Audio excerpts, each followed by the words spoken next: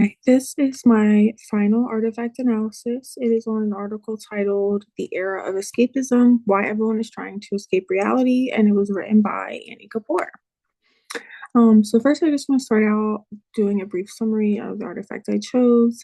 And so the main argument of the article is that we are living in a cultural moment defined by escapism, where individuals are increasingly seeking ways to escape everyday anxieties and stressors through entertainment, media, and fantasy worlds. Um, this can be due to like a plethora of reasons. Everyone's different, but some like real life stressors could be financial instability, a lack of work-life balance, maybe enduring romantic hardships, or even experiencing technological isolation from using social media so much. Um, so instead of confronting personal or societal issues, people will retreat into different mediums like video games and virtual realities, social media, like I just mentioned, binge watching movies or TV shows. And this can also apply to drug abuse. But for this presentation, we're just going to stick to like the whole media aspect. Um, so yeah, on the right, I just wanted to give a little more detail about escapism. In this article, it's framed as both a coping mechanism and yet, still a problem.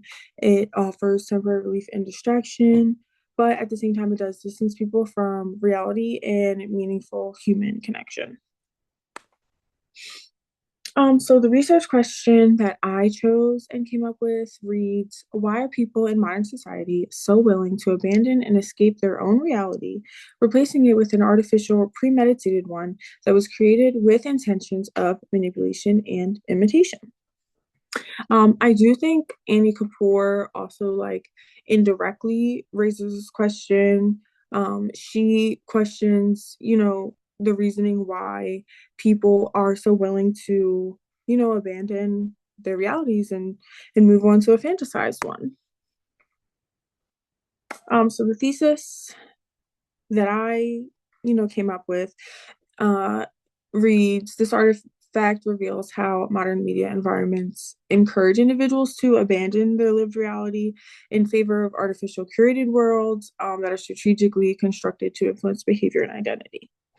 Drawing on theorists and theories we learned about in this course, I picked Kunstler's concept of capitals of unreality and then also Demon's theory of vicarious consumption. And through these, we can observe how contemporary culture, not only manipulates what people perceive as desirable, but it also, promotes imitation of mediated lifestyles, replacing authentic experiences with, the manufactured versions of reality. So the first theorist I chose to talk about is James Howard Kunstler, the author of Capitals Unreality. So Kunstler argues that modern society has built these capitals of unreality. These include spaces or experiences, media forms, culture forms. One of the big examples that Kunstler used in the writing was Disneyland, Disney World. Um, he just wrote about how it's a fantasy land, super popular, used in an escapist way for people to, go enjoy their weekend, escape the real life stressors that they have at home. Um, but yeah, these spaces act as a way to detach people from their authentic and lived experiences. Escapist media, as it's explained in this article, would be considered a literal capital of unreality, replacing genuine human experiences with online disingenuous ones. We can also see how digital platforms create alternate realities, again, replacing physical interaction among humans with a false reality of connection. And I feel like that will directly relate to technological isolation that people can feel when they, realize and acknowledge the distance between them and the person that they're connecting with through a device. So yeah, both Kapoor and Kunstler question why people escape their realities instead of just improving upon their own. And then the second theorist I chose to talk about was Paulina Dima, the author of Vicarious Consumption, Food, Television, and the Ambiguity of Modernity. And so she theorized how vicarious consumption is the idea that media allows us to consume experiences indirectly without, actually engaging in the real life, like physical experience. And I feel like, in modern day society, this idea is super prominent. We can see like much of contemporary escapism is vicarious, especially when considering like TikTok, Instagram, social media, watching others live glamorous lives. Immediately you can think of like keeping up with the Kardashians. That show just basically follows around a rich family who lives a lavish life. It's a reality TV show. You can also think about, like content creators and like social media stars. But yeah, we live vicariously through them and consuming their content. We're consuming fantasy through media again. Looking at social media content creators, and then also like experiencing emotions through stories instead of lived moments. I feel like this again is super prominent with social media. People can view other people's stories and like relate to them and like feel for them, have compassion for them, all through a device. So yeah.